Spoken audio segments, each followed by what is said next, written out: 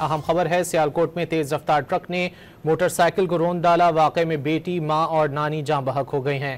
Motorcycle 18 साल लड़की चला रही थी। तीनों ने मौके पर ही दम तोड़ दिया था। ट्रक ड्राइवर मौके से फरार हो गया। पुलिस ने लाशें अस्पताल मुंतकिल करके ड्राइवर की तलाश शुरू कर दी है। अहम खबर है, सियालकोट में तेज रफ्तार ट्रक ने मोटरसाइकिल को रौंद डाला। वाकये में बेटी, मां और नानी जाँ बहक हो गई हैं। मोटरसाइकिल 18 साल लड़की चला रही थी।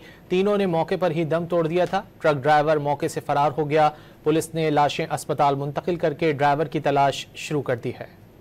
अहम खबर है, सियालकोट में तेज रफ्तार ट्रक ने मोटरसाइकिल को रौंद डाला। वाकये में बेटी, मां और नानी जाँ बहक हो गई हैं।